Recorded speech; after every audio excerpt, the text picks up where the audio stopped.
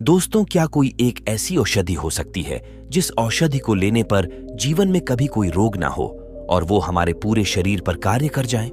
तो आपको बता दें कि ऐसी औषधि नहीं हो सकती कि जो एक औषधि मात्र लेने से हर बीमारी पर वो कार्य करे, हर बीमारी को ठीक करे, हर बीमारी से बचाए। ऐसी औषधि नहीं हो सकती। पर दोस्तों, एक ऐसा तरीका है, एक ऐसा उपाय है जिससे हम जीवन भर हर बीमारी से दूर रह सकते हैं, बच सकते हैं। निश्चित रूप से ऐसा तरीका है आपको जो हर एक समस्या, हर एक बीमारी से बचा सकता है। दोस्तों, आज की कहानी इसी शीर्षक पर है, तो इसीलिए आज की इस वीडियो को पूरे ध्यान से सुने। और अगर आप चाहते हैं कि आपको कोई बीमारी ना हो, आपको कोई रोग ना हो, जिंदगी में शारीरिक कोई समस्या ना आए, तो इस कहानी को आपको अंत तक ध्यानपूर्वक जरूर सुनना होगा और समझना होगा। इस कहानी से आपकी उम्र थम सी जाएगी, आपको कोई बीमारी नहीं होगी, आपको पेट से संबंधित कोई भी बीमारी नहीं होगी, या यूं कहे आपको कोई बीमारी छू ही नहीं पाएगी। तो दोस्तों, मेरा फिर से एक अनुरोध है, इस कहानी को अंत तक जरूर सुने, इस कहानी में अंत तक जरूर बने रहे। तो चलिए कहानी शुरू करते हैं। इससे पहले आप वीडियो में खो जाए, हमें सपोर्ट करने के लिए वीडियो को लाइक और चैनल को सब्सक्राइब जरूर कर लें। एक बार एक आदमी जो हमेशा बहुत बीमार रहता था, वो एक दिन आयुर्वेद के बहुत बड़े गुरुजी के पास जाता है और गुरुदेव से पूछता है कि हे गुरुदेव, क्या कोई ऐसी औषधि है? यदि है तो मुझे बताइए, जो कि एक ही औषधि से सारे रोगों को खत्म कर दे। यदि ऐसा कोई औषधि है तो मुझे बताइए, मैं अपनी इन शारीरिक समस्याओं से, रोगों से, बीमारियों से बहुत ज्यादा परेशान हूं। तब गुरुदेव बोले, अगर तुमने ये पूछा होता कि क्या कोई ऐसा उपाय है जिन्हें करने से सारे रोग खत्म हो जाए, तो मैं कहता हाँ, ऐसा उपाय है। पर एक ही औषधि जो अनेक रोगों में, बीमारियों में काम करे, ऐसी कोई औषधि बनी ही नहीं है। पर एक ऐसा उपाय है। तब वह व्यक्ति बोला, ठीक है गुरुजी, आप वो उपाय के बारे में हमें बताने की कष्ट करें। तब वो गुरुदेव बोले, आज मैं तुमको ये बताऊंगा कि हम कैसे अपने पूरे स्वास्थ्य को ठीक रख सकते हैं और शरीर की कोई सी भी कितनी भयानक बीमारी से बच सकते हैं। तो ये तरीका है अपने शरीर की प्रकृति को समझना, अपने शरीर की प्रकृति को हमेशा संतुलित रखना। इससे आपका बल भी बढ़ेगा, सौंदर्य भी बढ़ेगा, हर प्रकार से आपको इससे लाभ मिलने वाला है। तो आपको करना क्या है? वात, पित्त और कफ, इस सिद्धांत को अच्छे से समझना है। फिर गुरुवर उस व्यक्ति से कहते हैं कि पहले सिद्धांत में आप ये समझो कि हमारे शरीर की प्रकृति कैसी है, प्रकृति के लक्षण क्या होते हैं। असंतुलित है तो उसे कैसे संतुलित किया जा सकता है। फिर वो गुरुवर बोले, सबसे पहले तुम्हें यह समझना चाहिए कि वात प्रकृति की स्थिति में आपके बालों पर, आपकी आंखों पर और आपकी त्वचा पर प्रभाव पड़ता है। आपके बाल रूखे होने शुरू हो जाते हैं और झड़ने लगते हैं। और जब आपके बाल झड़ने लगते हैं तो आप कई तेलों का प्रयोग करते हैं, विभिन्न प्रकार की औषधियों का प्रयोग करते हैं, लेकिन तब भी लाभ नहीं हो रहा है, तो समझ जाना कि वात आपका प्रकोपित हो रहा है। वात रोग में आपकी समस्या है, आंखों की रोशनी कम होने लगती है, त्वचा जो है आपकी वो रूखी होनी शुरू हो जाती है, सूखी हो जाती है, और त्वचा व चेहरे पर झुर्रियां पड़ने लगती है। यह सब वात का प्रभाव होता है। तो अगर आपके साथ ऐसा हो रहा है तो आप समझे कि यह वात का प्रभाव है। वात आपके शरीर में असंतुलित हो रहा है। अगर आपको जोड़ों में दर्द होता है, कमर में अकारण ही दर्द हो जाता है, तो यह सब वात के प्रभाव के कारण ही हो रहा है। और भूख इन लोगों को अच्छी लगती है, सामान्य लगती है, बहुत अधिक नहीं, बहुत कम नहीं। लेकिन इन लोगों को गैस की समस्या, पेट जैसे फुला फुला अनुभव होना और डकारें आना, ऐसी परिस्थितियां इनको बनती है।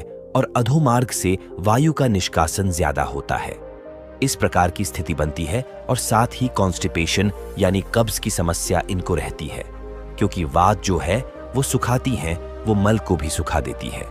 वात का जो मुख्य स्थान होता है वो आपकी आंतें होती है, और ये यहाँ पर मल को सुखा करके कॉन्स्टिपेशन की समस्या खड़ा करती है। तो अगर आपको बार बार कॉन्स्टिपेशन की समस्या रहती है, मल ठीक से निष्कासित नहीं हो पाता है, तो आप यह समझ लेना कि आपके शरीर में की वात का प्रभाव बढ़ा हुआ है। यह सुनकर वो व्यक्ति बोला, गुरुदेव, आपने ठीक कहा। ये जो आपने अभी कई प्रकार के लक्षण बताए हैं, उनमें से कई तरह के लक्षण, आधे से ज्यादा ऐसा लगता है कि वो मेरे में भी है। तभी गुरुवर कहते हैं, तो ठीक है, तो अब तुम ये समझो कि मन की स्थिति कैसी रहेंगी। तो यह मन चंचल रहेगा, एक जगह ठहरेगा नहीं। मन बार बार अलग अलग स्थानों पर जाएगा। अगर वह ध्यान का अभ्यास करे और अपने काम में एकाग्र रहने की कोशिश करे तो कोशिश करना मुश्किल होगा, ध्यान बहुत ज्यादा भटकेगा। ये वात का प्रभाव होता है। फिर गुरुदेव व्यक्ति से बोले, अब मैं तुमको ये बताता हूं कि अगर आप वात प्रकोपित है तो आप किन चीजों का प्रयोग करके ठीक कर सकते हैं। तो आपको मुख्य रूप से बासी भोजन और भारी भोजन का त्याग करना है। जब आप ज्यादा मात्रा में भोजन कर लेते हैं तो आपके पेट पर दबाव बनता है, भोजन सड़ता है और वहां से वात बनना शुरू हो जाता है। और जो आपकी पाचन शक्ति है वो भी मध्यम हो जाती है, वो भी तेज नहीं होती है। ऐसा नहीं होता है कि वह कुछ भी पचा लेगा तो आपको भारी भोजन नहीं करना है, गरिष्ठ भोजन नहीं करना। अब बात करते हैं कि वात को खत्म कैसे किया जा सकता है। इसमें आपको गाय के देसी घी का प्रयोग करना है। जब आप गाय के देसी घी का प्रयोग करते हैं तो इससे आपके वात का प्रभाव कम होता है। और साथ ही साथ आप तिल के तेल का प्रयोग करें। तिल का तेल आप भोजन में प्रयोग कर सकते हैं। तिल के तेल की आप शरीर में मालिश करते हैं तो वो भी अत्यंत लाभकारी होगा। और जब आप तिल के तेल को रात्रि में सोने से पहले 1 चम्मच मात्रा में लेते हैं तो वह कॉन्स्टिपेशन के लिए भी अच्छा है और आपके वात के प्रभाव को शांत करने के लिए भी अच्छा है। व्यायाम इसमें कितना करना है? तो आपको बहुत ज्यादा व्यायाम नहीं करना है। अगर आप हल्का व्यायाम करते हैं तो वात की स्थिति में आपको जरूर लाभ होगा। अब आगे बढ़ते हैं कि अगर कि पित्त के लक्षण हो तो उसे कैसे संतुलन करते हैं। क्या करना है? तो पित्त के लक्षण में बाल सफेद होते हैं। वात की स्थिति में बाल झड़ते हैं तो पित्त की स्थिति में बाल सफेद होते हैं। बाल अगर आपके सफेद हो रहे हैं तो समझ जाइए कि पित्त का प्रभाव आप में बढ़ा हुआ है। चेहरे पर कील, मुहासे, फोड़े फूंसी की समस्या और पिंपल की समस्या इन लोगों में ज्यादा रहती है। साथ ही जो ये लोग भोजन करते हैं, अगर उसमें मिर्च मसाले वाली सब्जी ज्यादा होगी तो यह और भी अत्यधिक नुकसान पहुंचाता है। इसलिए इन लोगों को मिर्च मसालों का त्याग करना है। फास्ट फूड, जंक फूड, बहुत ज्यादा तेल में तली हुई चीजों का तो त्याग करना होता है। अगर आप अच्छा सुपाच्य भोजन करते हैं तो आपके इसे लाभ होगा। अगर आपको एसिड बहुत बनता है, खट्टी डकारें आती है और कब्ज की बहुत ज्यादा समस्या होती है तो ऐसा समझे कि आपका पित्त प्रकोपित है। पित्त की समस्या है तो पाचन का विकार हो सकता है। तो ऐसे में आपको सबसे पहले ध्यान देना होगा आहार में। आपको अपने आहार का ध्यान रखना होगा। आपको एसिडिक चीजों का प्रयोग कम से कम करना होगा और अल्कलाइन यानी क्षारीय चीजों का प्रयोग आपको ज्यादा करना है। अगर आप एसिडिक चीजें ज्यादा खाएंगे तो आपके शरीर में जो पित्त बढ़ा हुआ है वह और भी ज्यादा बढ़ जाएगा, जिससे समस्याएं और बढ़ेगी। अगर आप एसिडिक चीजों की जगह एल्कलाइन चीजों को ज्यादा खाओगे, जैसे कि हरी सब्जियां, फल फूल आपको ज्यादा खाना है। नारियल पानी पीते हैं, जूस पीते हैं, पेठे का जूस पीते हैं, लौकी का जूस पीते हैं। अगर आप ऐसी चीजों का सेवन करते हैं तो आपकी जो पित्त की समस्या है वो बहुत जल्दी ठीक होना शुरू हो जाएगी। अगर आपको शुगर की समस्या है तो वह भी ठीक होना शुरू हो जाएगी। इस समस्या में आपको एसिडिक डाइट को काम करना है और एल्कलाइन डाइट को बढ़ाना है। अम्लीय जो चीजें हैं उनको कम करते जाना है। इन लोगों की जो मानसिक स्थिति होती है ज्यादा क्रोध वाली होती है, गुस्से वाली अस्थिर होती है, यानी कि बहुत ज्यादा छोटी सी छोटी चीजों में भी बहुत ज्यादा रिएक्ट करते हैं, तो यह उनकी मानसिक स्थिति को दर्शाता है। तो अगर इस प्रकार की आपकी मानसिक स्थिति बनी हुई है तो समझें पित्त प्रकृति का यह प्रभाव होता है। और फिर गुरुदेव बोले, तो इस प्रकृति को ठीक कैसे किया जाए? तो इसका सीधा सा उपाय है गाय का मक्खन। अगर आप गाय का मक्खन प्रयोग करते हैं तो इसमें बहुत अच्छा होता है। गाय का घी, गाय का मक्खन, मिश्री मिलाकर उसका प्रयोग करने से आपको बहुत फायदा होता है और साथ ही इसमें अधिक फल, सब्जियों का प्रयोग करना आवश्यक होता है। व्यायाम में आप समझे कि कुंजल क्रिया जो है वो बहुत अच्छी रहती है, यानी कि आपको पर्याप्त मात्रा में 3 से 4 ग्लास गुनगुना नमकीन पानी पी के उसके बाद आप उंगली को मुंह के अंदर डाल के कुल्ला करते हैं तो पानी बाहर आएगा। ये जो क्रिया है ये पित्त की अवस्था में बहुत काम आती है। ऐसे लोगों को ध्यान का अभ्यास और योग का अभ्यास भी करना चाहिए।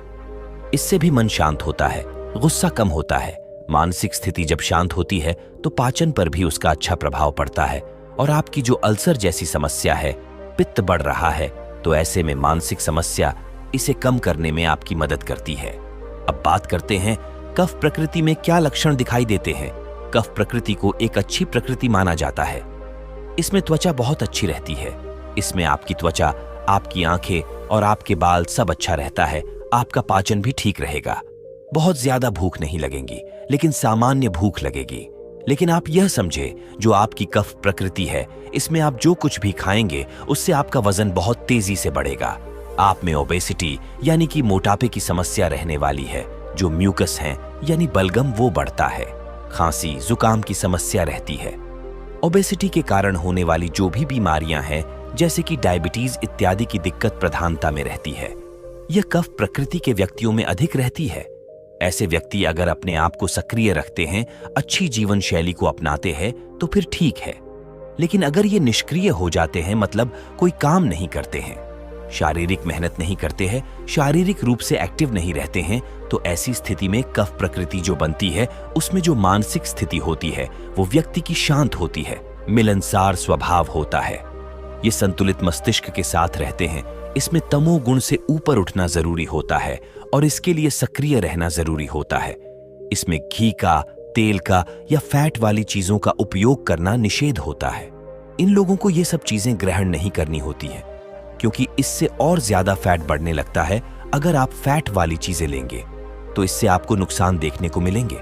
जो फैट है, मोटापा है, वो इसमें बढ़ता है। तो जो आपका मांस है, इसे ठीक करने के लिए आप सौंठ, इलायची, हल्दी, दाल, चीनी का प्रयोग कर सकते हैं।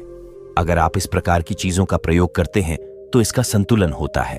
व्यायाम की बात करें तो कफ प्रकृति के व्यक्तियों को पूर्ण शक्ति व्यायाम करना चाहिए। अधिक व्यायाम करना चाहिए। ऐसा व्यायाम करना चाहिए जिससे कि उनके शरीर से पसीना निकले, जिससे कि उन्हें थकान का अनुभव हो। ऐसा व्यायाम उनके लिए उपयोगी रहेगा। साथ ही साथ इनके लिए उपवास बहुत अच्छा रहेगा। हफ्ते में एक दिन उपवास तो कफ प्रकृति के लोगों को करना चाहिए। अधिक पूर्ण व्यायाम यानी कि अच्छा व्यायाम, और इसके साथ ही अगर ये उपवास करते हैं तो इससे उन्हें बहुत अच्छे लाभ मिलते हैं। तो इस तरह की स्थितियों में आप अपने लक्षणों को देख सकते हैं, मिला सकते हैं कि आपके मानसिक और शारीरिक लक्षण किस तरह से मेल खाते हैं। तो अगर आपको लगता है कि दो तरह से मेल खाते हैं, तो आप समझें कि दो प्रकृति के योग भी आपको एक प्रकृति बनाता है। यानी कि आपको वात पित्त हो सकता है, पित्त कफ हो सकता है, वात कफ हो सकता है। इस प्रकार से भी प्रकृतियां बन सकती हैं। तो आपको इस पर ध्यान देना है और उस प्रकृति के अनुसार आपको अपना आहार लेना है। और आपको जो चीजें निषेध बताई है, उन चीजों का त्याग करना है। और जो चीजें आपको लेने के लिए कही गई है, वो चीजें आपको जरूर लेनी है। यदि इस प्रकार से आप करते हैं तो आप निश्चित रूप से बहुत सारी बीमारियों से बच सकते हैं। उसके बाद उस व्यक्ति को सभी बीमारियों की जड़ समझ में आ गई थी और साथ ही उसे अपनी सभी बीमारियों को ठीक करने के उपाय भी मिल गए थे। और अब उस व्यक्ति ने गुरुदेव को धन्यवाद दिया और उस जीवन शैली को अपने जीवन में लागू करने का प्रण लिया और फिर वहां से गुरुदेव से आज्ञा लेकर चला गया। तो दोस्तों, उम्मीद करता हूं आपको इस कहानी से जरूर बहुत कुछ सीखने को मिली होगी। ये कहानी आपको कैसी लगी, हमें कमेंट बॉक्स में कमेंट करके जरूर बताएं और इस वीडियो को लाइक भी जरूर करें और साथ ही इस वीडियो को अपने दोस्तों के साथ जरूर शेयर करें ताकि उन्हें भी इस कहानी से कुछ सीखने को मिल सके। ऐसी ही प्रेरणादायक और बुद्धा स्टोरी सुनने के लिए हमारे चैनल को सब्सक्राइब करके बेल आइकन को जरूर दबा दें ताकि आने वाली अगली वीडियो की नोटिफिकेशन आपको मिल सके। इस वीडियो में बस इतना ही। मिलते हैं अगली वीडियो में। जब तक के लिए अपना ख्याल रखिएगा। धन्यवाद।